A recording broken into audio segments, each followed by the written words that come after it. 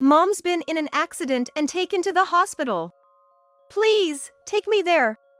I begged my husband, tears streaming down my face. I had just received a call that my mother was in critical condition, unconscious after a traffic accident. But when I told my husband, he said, "I can't, I'm off on a trip with my colleague," and rejected my pleas. Even as I persisted, he seemed to mock me with a sneer. To me, the trip is more important. Attending someone's bedside is a waste of time. I'm definitely not going. My name is Erica, I'm 29. I married Ken, a year my senior, 2 years ago, and we both work full-time. We met at college.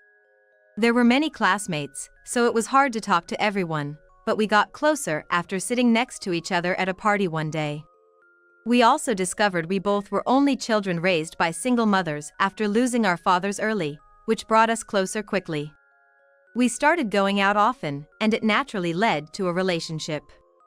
As we both settled into our jobs after graduating from college, Ken proposed. We're both satisfied with our careers, so we haven't thought about children yet. We have talked about buying a house when the time comes. We're currently renting a place, and both of our homes are nearby. Since both of our fathers passed away, our mothers live alone. My mother, Sally, and my mother-in-law, Mary, get along very well. They got along because they were close in age and had raised their children on their own without remarrying.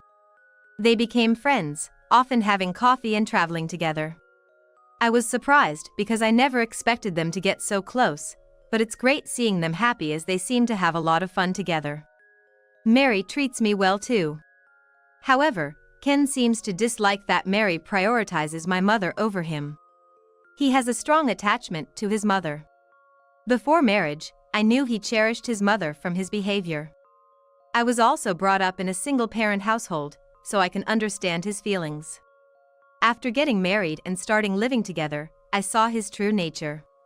Once, when my mother sent a picture of her having lunch with Mary.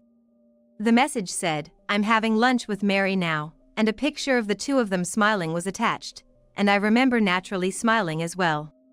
"Hey, Ken, it looks like your moms are having lunch right now." "Look, they sent me a photo," I said, and showed the image to Ken, who was just at home, but as soon as he saw it, he was in a good mood. It got so bad that I clicked my tongue. "Is this some kind of spite? What did you say?" I didn't know he disliked my mother then.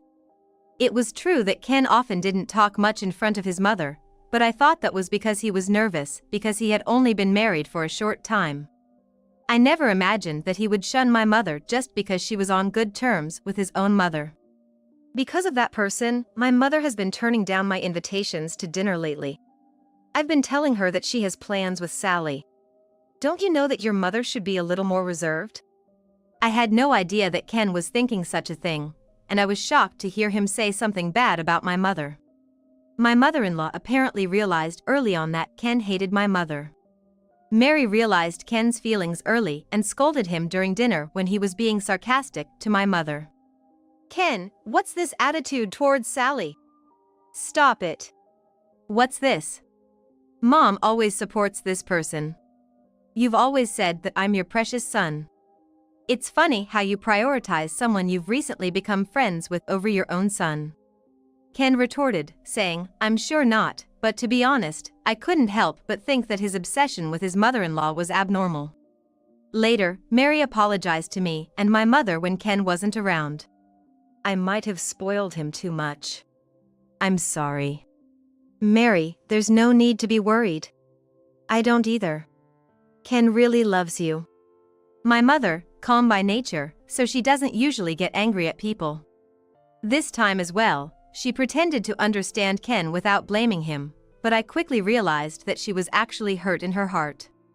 Ken's attitude worsened, criticizing my mother every chance he got. He has never openly attacked his mother because his stepmother protects her. However, whenever my mother and mother-in-law seemed to be getting along well, she complained to me, and eventually started saying bad things about my mother on a daily basis. Early in our second year of marriage, we had a huge fight. After the argument, the problem was never resolved, and since then, our relationship became strained, and we spoke less.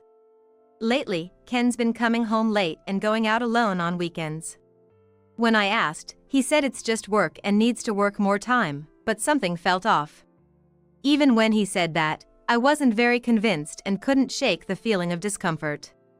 Then, one Sunday, when we were both off, Ken was packing for something. Apparently, there is no day off work today. As I was about to ask Ken why he was packing, a call came through on my smartphone. An unknown number displayed on the screen, and with curiosity, I answered only to find out it was the police on the line. They confirmed I was Sally's daughter and then dropped the bombshell. "Your mother has been in a traffic accident." My mind went blank.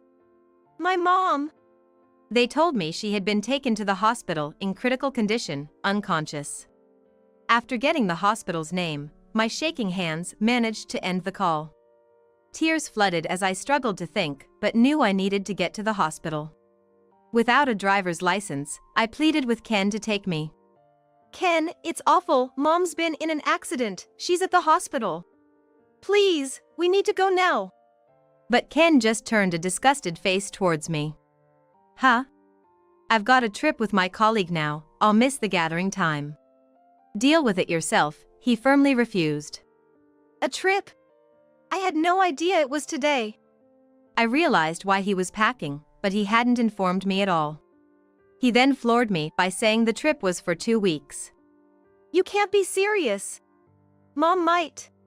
"Quiet down, the trip is more important to me. Besides, your mom's just an unrelated old woman to me. Visiting her would be a waste of time. I'm not going." Ken mocked me with his cruel words. "Get away, I'm busy, and I got a plane to catch," he said, pushing past me, humming as he packed his clothes into his suitcase. Furious, I yelled, "You're the worst.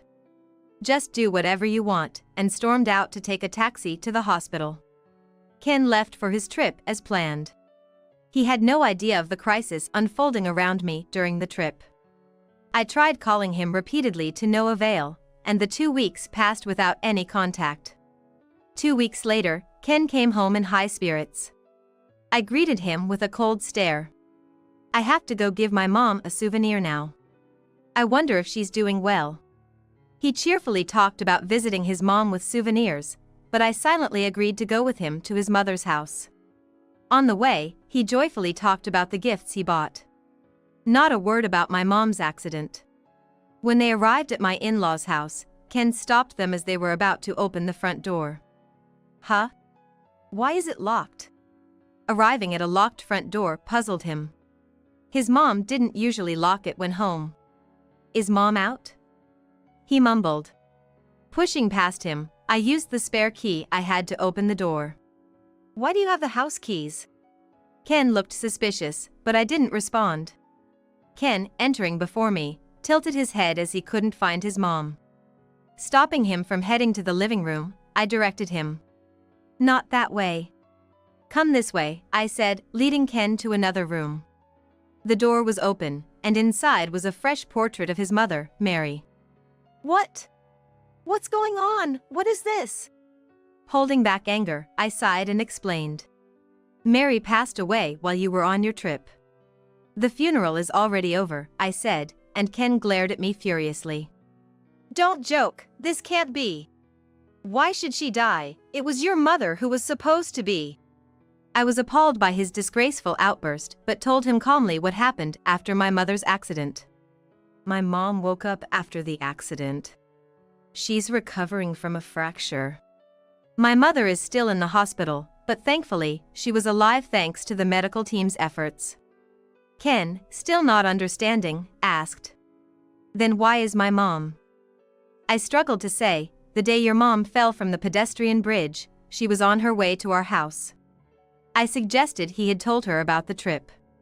"You told your mom in advance that you were going on a trip, right?" "Huh? Oh, I did say that. Mary has been distrustful of you lately. She says she hasn't been able to contact you often. That's why I think she was planning on coming to see if you were really going on the trip." When I said that, Ken's eyes widened in surprise. A month ago, Mary told me that she used to hear from Ken almost every day with calls and texts, but recently, the communication had almost stopped. She'd try to call him because of urgent matters, and when he'd call back, he'd say he was busy and hang up quickly. Mary thought maybe Ken was just getting older and not clinging to his mom as much.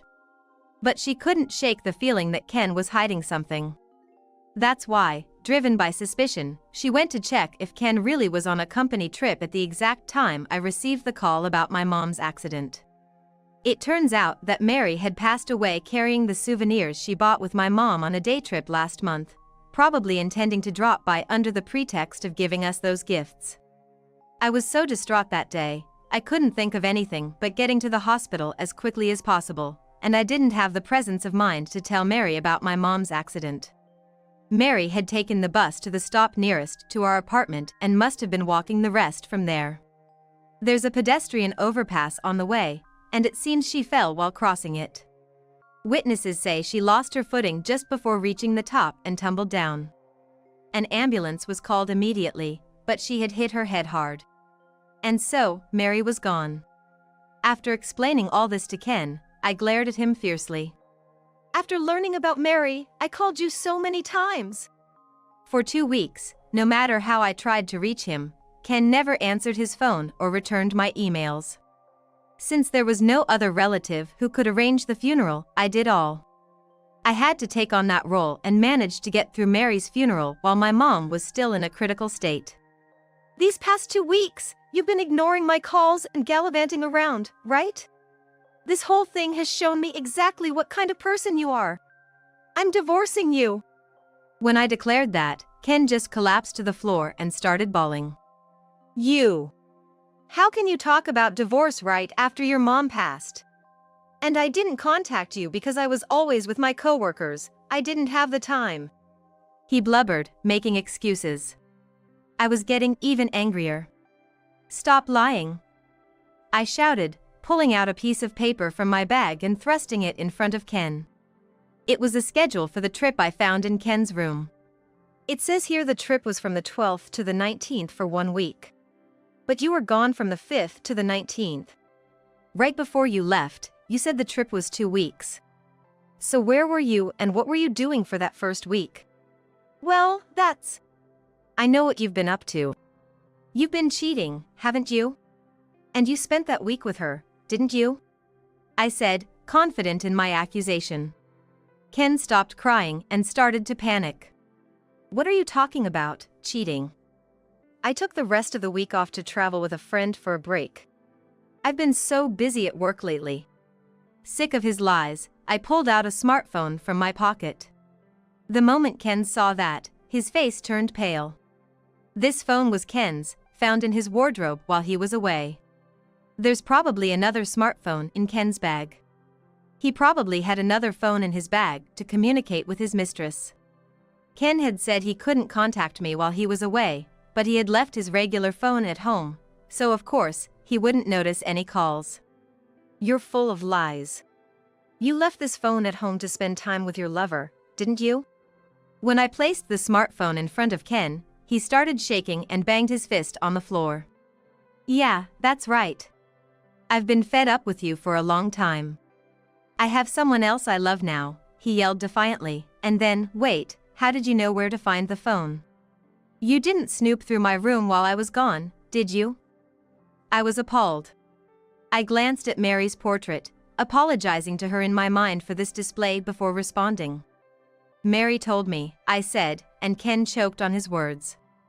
After a big fight over my mom, Ken started coming home late and going out alone on his days off, claiming to be working. When I started feeling suspicious because of his unnatural periods of unavailability, I talked to Mary about it. Mary, who also had her doubts about Ken, gave me some advice. He's always had a habit of hiding things that don't suit him. Like a bad test score or a glass that your father cherished that he broke by accident.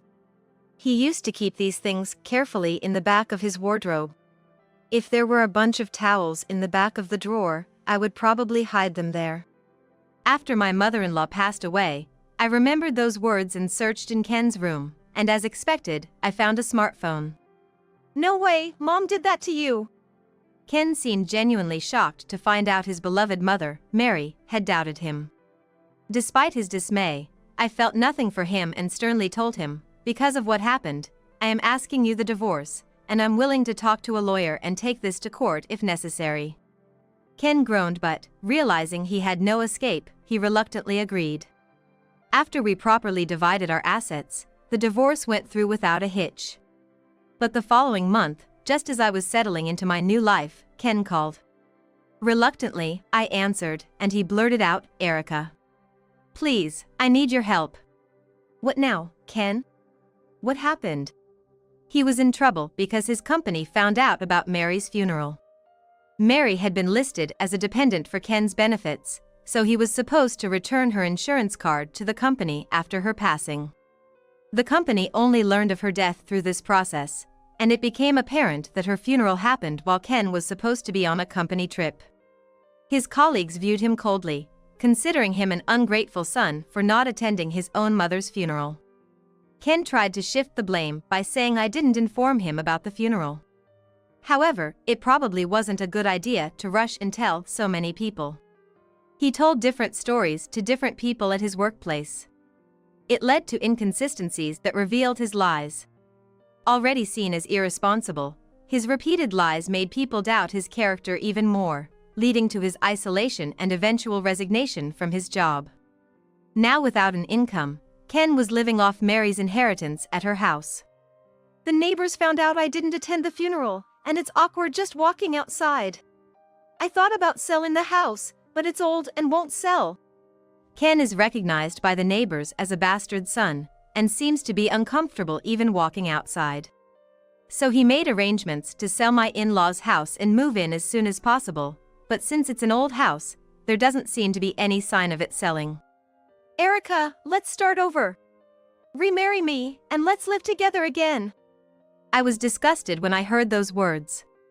I realized he only reached out because he was in a tough spot, and I replied firmly.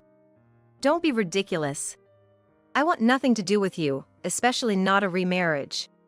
I beg you, if you keep this up, I don't know you anymore. You should just live with the person you're cheating on with instead of me.